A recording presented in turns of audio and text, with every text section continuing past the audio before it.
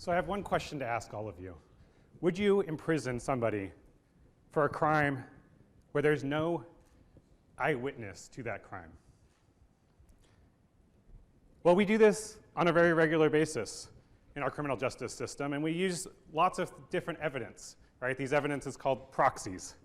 Proxies are really important, and so we use them in a lot of different ways, and you can see it based on the slides. We use things like DNA evidence, fingerprints, sometimes video recordings, tire tracks, sometimes geochemical evidence. And so we use these proxies to understand who might have been there and what they might have done, and sort of recreate a line of thinking of what might have happened, right? And this is exactly the same thing we do when we try to reconstruct climate.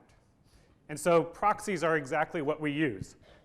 Some of them are very similar proxies, use similar machines even, but we reconstruct climate using these proxies and proxy data. So I want to show you guys today how some of the aspects of how we do this and the puzzle that we're trying to recreate or reconstruct in our record. And so you can think of the Earth as this one big puzzle and many puzzle pieces, right? There's far too many pieces here to count, and we're trying to recreate what that climate might have looked like. In the modern record, that is relatively easy. I say relatively because it's easier than time periods of the ancient record. And so there might be either fewer pieces or less pieces missing, but we can put together and piece together the climate record. And so what we're trying to do is use these different lines of evidence and proxies to reconstruct that climate. Some pieces are more important than others, right? Some pieces, like off the east coast of Brazil here, you can see that you don't know if that might be an ocean that fills in, and so you have an island next to it, or if it's the entire continent is filled in. And so some pieces of the puzzle are more important than others. Sometimes we fill in the puzzle incorrectly, like if you were doing any large puzzle and they have the same colors like blue ocean throughout, you probably put them in the wrong places. And we do that in science, but we go back and recreate that and reconstruct it and fix some of those things, and we're putting those pieces together. And so over time, we're getting a much better and clearer vision of what the climate has looked like. So in the modern record, we can use things like instrumental records, right? And we can measure the CO2 in our atmosphere, and we've been doing this for about 60 years. And we know that CO2 in the atmosphere is increasing dramatically. It's increasing by about 100 ppm over that 60 years, which is very, very significant. And so this is one way to do it, and we have instrumental records that go back about 150 years. We also have anecdotal evidence from people's diaries and things that can go back a little farther than that, human history. But after that, what do we use to be able to reconstruct climate? And that's a really big, important factor. And so to do that, what we actually use here is various different proxies to fill in those pieces of the puzzle. And so one piece of the puzzle would be something like the tree rings, which is the green dots in this. And you can see quite a lot of green dots. These green dots are representing where we have tree records from, and you can probably have made out at this point that these are in our temperate regions, right? These are places in those sort of mid-latitudes. And these have records that have seasonality, and that's why they only exist in that area. They're very good records, but they only go back until the last living tree, which is a few tens of thousands of years. Other records might be ice core records, which many of us have heard about, and those are the yellow dots here, and those are in our polar regions. And so they give you a piece of the puzzle in that polar region. And those go back about 1 million years. Other lines of evidence might be corals. And so corals in these red dots, or you can see that they're in the equatorial regions, give us very good records of the equator. And they'll go back a little bit farther, maybe 2 or 3 million years at times. And so it doesn't go back all of Earth's history. So to reconstruct the entire Earth's history, we have to use other lines of evidence. And these all have strengths and weaknesses. They all fit pieces of this puzzle, and they're different. And so when we look at sediments, you can see that we have lots of sediments all over the ocean. And it makes up a lot. Like I said, they're all pieces of the puzzle, and so there's strengths and weaknesses with them.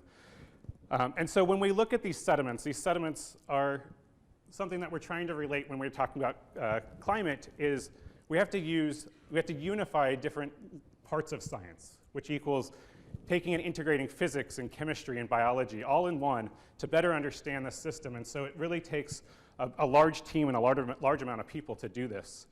And for example, when we look at sediments, we might actually take out single organisms and look at the biology that exists. And sometimes we actually can take those organisms and run chemistry on them as well and understand the chemistry of them. And then you might need to know a little bit about how the ocean is mixing, and that's where the physics starts playing a role. And so all these different aspects are really important in trying to integrate this record, which becomes complicated, right? It's not an easy system, and you're trying to put together how the Earth responds to different climate change. And so over the time, we've been doing this for 40 or 50 years, we've gotten much better idea, right? That puzzle is becoming more clear with the passing days. And so we're getting a better record. And so what we really noticed is that you can take these different records and we can reconstruct CO2. And so many of you guys might have seen glacial interglacials, the last million-year record of temperature where it's going up and down on a sort of 100,000-year record. And with that, we know temperature is also changing on about that time scale. And so these two things are definitely linked together. What we should really note is that the concentration change in CO2 over the glacial versus interglacial normal record is about 100 ppm. So I said that just previously, but we're measured about 100 ppm change in about 60 years. What we're talking about when we talk about glacial interglacial records is 100 ppm on hundreds of thousands of years, right? And so there's a difference of about 3.5 orders of magnitude difference on how fast this is changing. And that's a really important aspect. What I actually really am interested in is understanding how this might affect in the ancient record and what those changes might be. And so what is this telling us is we study the ancient record to better understand what our future might look like and how the changes in CO2 might happen. And so you can think of the modern record as being sort of this anthropogenic release of CO2. The ancient record, when we do this, we can only use basically volcanoes that release CO2 very rapidly. When I say very rapidly, I mean on geologic timescales. So it's very slow compared to the modern record. And so what we do is try to reconstruct this. Well, what we do have some ideas is we can have some predictable hypothesis, right? So with increased CO2, there's some predictions that you might make. You might have higher temperatures. Well, we see that today, right? There also should be a sea level change. We're seeing sea level change not nearly as fast, but it's certainly responding, and we're starting to see sea level rise, which is a big issue locally, right, in this state. And so those are two aspects that most people have heard of. Other things, we know that pH is changing. So pH, we're getting more acidic. This is a really big effect on coral reefs, for instance. And so that's a major aspect. But one thing that you probably haven't heard of is oxygen. So we're actually seeing a decrease in oxygen concentrations in our atmosphere and our oceans, which I'll talk about here in a second. So how is this sort of interrelated, right? If you guys remember sort of from a basic chemistry class, we probably have all seen this equation at one time or another. If we remember it or not, it might be different. But you can see going from left to right, organic matter and oxygen. This is what you and I do, any other animals as well, right? We take up organic matter and oxygen and we get energy from this, so I can be up here speaking to you guys. And we release CO2 and water vapor. And so that's what we are breathing out. Plants, or primary producers, photosynthesizers, are doing the exact opposite. So they're working from the equation from right to left, right? So they take water and CO2, make organic matter and oxygen. And so in equilibrium, these things are not really changing, right? They're balanced. But what we do when we burn fossil fuels is combustion. And you can think of combustion as being the exact same thing as respiration. So chemically, it's the same idea, right? So it's actually another player in the carbon emissions. And so the CO2 or organic matter that we take and put in our cars, fossil fuels, right? We combust that using oxygen in our motors, and that then gets energy. We release CO2 and water. And so if we're doing a lot of that, we would expect, and we see CO2 changing, we would expect oxygen decreases as well. And we actually see this, and this is one line of evidence that suggests that volcanoes are not really a big player in this, is that we actually can measure in the last 15 years oxygen decreases in our atmosphere. Now you might be going, oh my gosh, how is that going to affect us? We have a lot of oxygen relatively in our atmosphere. This is a really, really small difference. There's no harm to us at this point in our atmospheres, but we do measure a difference, and it's equal to the amount of CO2 that we're releasing. And so this is a really good line that this is really happening and it's anthropogenic or human-induced. But what is probably a much bigger important player is that our oceans are becoming deoxygenated. And so over the last 2 decades, each decade we've lost about 1% of the oxygen out of our oceans.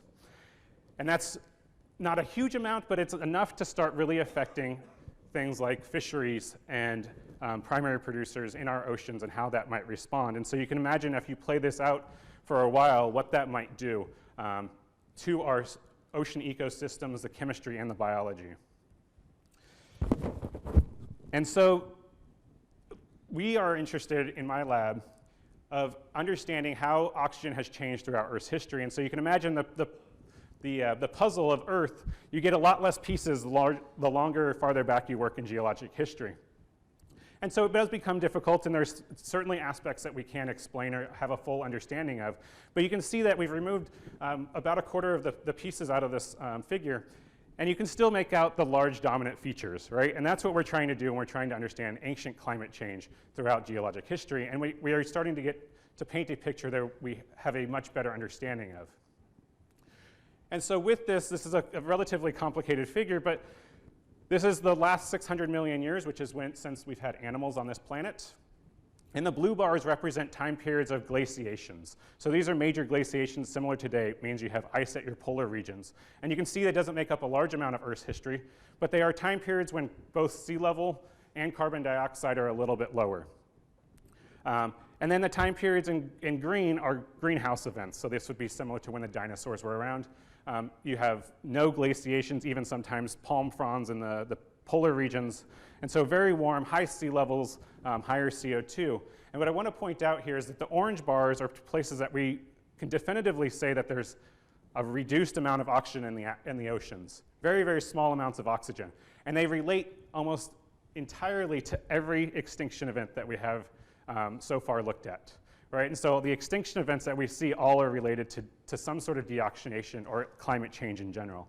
And so this becomes really important of how is this quickly is this happening, and can this be a major important effect that might happen in our future if we don't sort of slow down climate change and make some changes. And so this is a really important fact. We're probably not headed there like tomorrow or anytime in maybe even our lifetimes, but certainly in terms of thinking of the Earth and how it responds, this becomes really important. And so there are some solutions, right? This sounds kind of doom and gloom, and everybody always sort of ices over when we talk about climate change just because it does sound really scary.